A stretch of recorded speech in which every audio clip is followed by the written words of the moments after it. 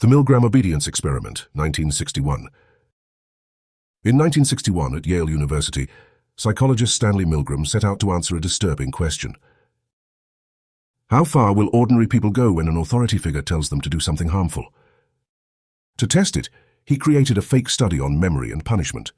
Volunteers arrived, met a stern scientist in a grey lab coat, and were introduced to another participant, actually an actor.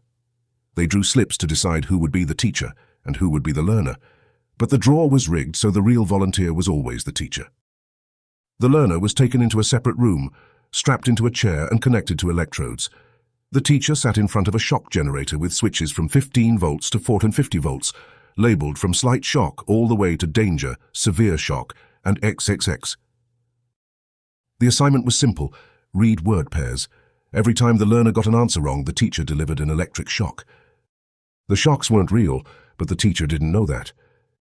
As the voltage rose, the learner screamed, demanded to stop, complained about his heart, and eventually fell silent. When the teacher hesitated, the experimenter used 4 official prods. Please continue. The experiment requires that you continue. It is absolutely essential that you continue. You have no other choice, you must go on. Milgram believed very few people would reach the maximum. But 65% went all the way to 450 volts, simply because a man in a lab coat told them to. The experiment shocked the world, revealing just how easily ordinary people obey authority, even when it violates their conscience. Milgram discovered people follow instructions from a guy in a lab coat. Good news, I'm not wearing one. Bad news, you still have to like and subscribe.